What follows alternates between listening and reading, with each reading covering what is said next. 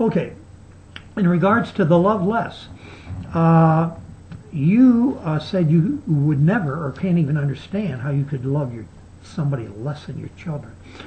I am 100% with you on that, buddy. I could never understand that either. It sounds insane to me. How could I love some stranger more than me? But that's something that you will never understand unless you be a Christian and you believe in the Bible and what it says, that Jesus Christ came, was butchered and slaughtered for me. And when you go through that experience of belief, whether you think it's true or not, and I think it's true, when you go through that, to love him a little more than my family makes so much sense. Because we know how much he loves us and how much he loves our family. You know, is it a metaphor? I don't know what it is. But I can understand that it would make no sense to nobody unless they have that relationship. So I'm with you there. I understand. And you talked about victimless crimes. And another thing, you probably wouldn't understand this, even though if you know the Bible, victimless crimes, I understand that, but as a Christian, we have a set of morality issues, guides, and how to live. And one of my favorite books of the Bible is James, one of the smallest books of the Bible. My Bible commentary says it's the how-to book of being a Christian. And whether you're a Christian or not, it's sure a good way to live. And in general, being a Christian, I don't understand what's wrong with trying to live like that. I mean, it's not offending anybody. I mean, people may not like the Old Testament and the blood and guts and all that stuff, and you don't like what God did, and you know, that's cool. But the basic teachings of the New Testament, I need them.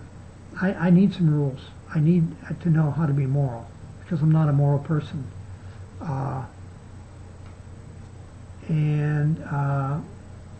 Well, just a little comical note here. In our men's group, I always thought it was me, but you know, I don't care if you're a Christian or not. I'm a man, and I'm an old man. And you know something? Men like to look at women. That's just the way it is. And I always thought, well, as a Christian, I shouldn't be doing that. You know, it says, if you lust in your heart, you've done a deal. That's it. You've done it. And I can understand the analogy behind that, because every deed starts with a thought. And can you control your thoughts? Can you lust for someone and just stop there and go home and love your wife and family? Or maybe you lust for somebody, you might want to go say hi. You know, who knows where that goes? I don't know. But the joke I always say, I read a Bible study once, and the guy says, you know, if you're driving down the street and you see a woman in a bikini, and you look over, well, that's a natural thing. You know, the problem is when you drive around the block to get that second look. Well, I think it's pretty funny, and I think there's a serious point there, you know. Oh, well. Men, you know how men are. You're a man too, whether you're a Christian or not. And the last words, yeah, I'm cool with that. I didn't put in any more study. You said that when he said his last words and then he died, you said that was said every time he said those 7 last words. And if that's the truth, that's kind of an issue. I'm going to have a problem with that too. So I understand that. I just have spent so many hours into looking up stuff that I'm just need a break. But I want to look into that because I think it's important. I'm glad you mentioned that. And in regards to the inerrancy of the Bible, and I mentioned The inerrancy was spoken by the person who was delivering the inerrant word to the listener at that time. And I did not mean that that was the end of inerrancy. I forget exactly what you said, but it was something to the effect that you must have perceived that I thought the rest of it wasn't inerrant beyond that point. Well, it's all inerrant, but I believe that sometimes due to translations, the different languages, etc., etc., etc., that sometimes there's some things that are issues. Does that sound like a cop-out from inerrancy? Sure does. That's what, if I was in issues, I'd say, man, what a cop-out. Yeah, it sounds like a cop-out. But, I mean, that's what I read, and that's what the truth was. You know, like my story about the accident with 4 people. You had 10 people there, or 20 people there. You're going to get 20 different answers about the same thing. And that's just human nature. You mentioned singularity and quantum mechanics, and I forget specifically why you said that, but I think it was about the Big Bang or something to that effect. And I can tell you right now, my bottom line, biggest question for science is, if you can prove to me what, how, or who caused the Big Bang. Until then, I mentioned the Bible is the only one that had the story, and I didn't say it to mean that it was 100% factual without a doubt science. I'm just saying it's the only story I've ever heard on either side. Whether you believe it or not, it's just a story that it's the only one I know of. God created the world, bingo, let there be light, boom, and there was. And on the science side, I mean, they have talked about multi-universes and string theory and the bounce theory and all these other things, but they all admit, and actually they debate amongst themselves. One says that's crazy, this is that. So in saying that, I didn't mean to confer that you can take that to the bank. I'll take it to the bank, but I don't think anybody else has to. So, I talked about the circle and the ball and Brett Palmer, how awesome he was, but due to my simplicity, when I look at the moon, I call it a circle. So it's a circle to me too. And about circumcision. Oh, that was pretty interesting. I did not talk about circumcision to acknowledge it as the right thing to do.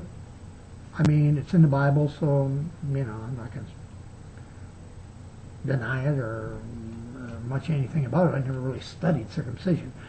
The point I was trying to make was the science behind circumcising on the 8th day, about the vitamin K, which is the blood clotting agent. How did they know to do that on the 8th day? It's one of the mysteries. You know, how did they know that? And about the mole, or whatever you said about that part of circumcision, I tried to look it up, and I might have spelled it wrong, but I couldn't find nothing. But you know, circumcision, I don't take the time to debate that. Whether it's, I think I did take a couple looks, and I think there is a debate currently on is it healthy or not. I don't know, and I don't care, honestly. There's some things in the Bible that I've always, these last 7 years, seeking and seeking and seeking for truth. And I don't want to get into this because you won't appreciate it, but during a time of meditation, I got all the faith I needed, and I'll just leave it there. And I come to understand, who am I to think I should understand everything in the Bible? If God is God, He's so far superior in every way than me. How could I even think or contemplate I could grasp the totality of who He is? I can't. I'm not able to. I mean, if He's God and He can speak things into existence, it's beyond my brain to comprehend. And I could can understand why you don't. I really do. I really, really do. Okay, and well, I think I got to the end of it. We're approaching 25 minutes. I'm a long-winded sucker, ain't I? Hey, Houston, let's be friends, okay? You know, we work with people, we have neighbors, and you know, sometimes we don't even know how they believe, but we get along. And you know, I don't know if I subscribed to your site. I think I did, and I think you did to mine. And I peek in all the time on Atheists. There's a handful of them I subscribe to, and I just want to know and learn. And in my last minute, I didn't plan on saying this,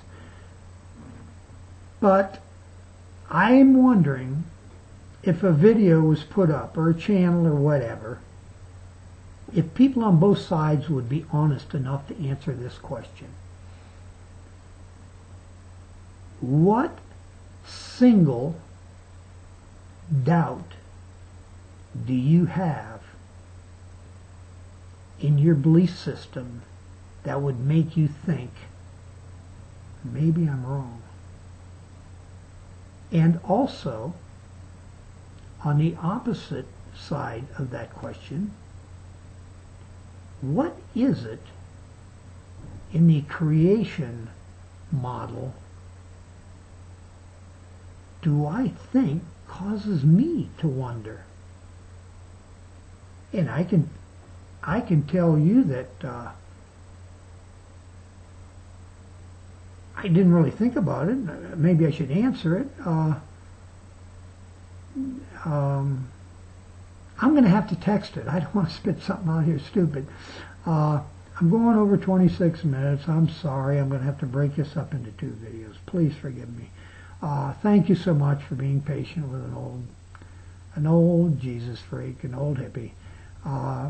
And I think you're aware that the debate will go on and on and on and on, and we can keep refuting what the other party says ad infinitum.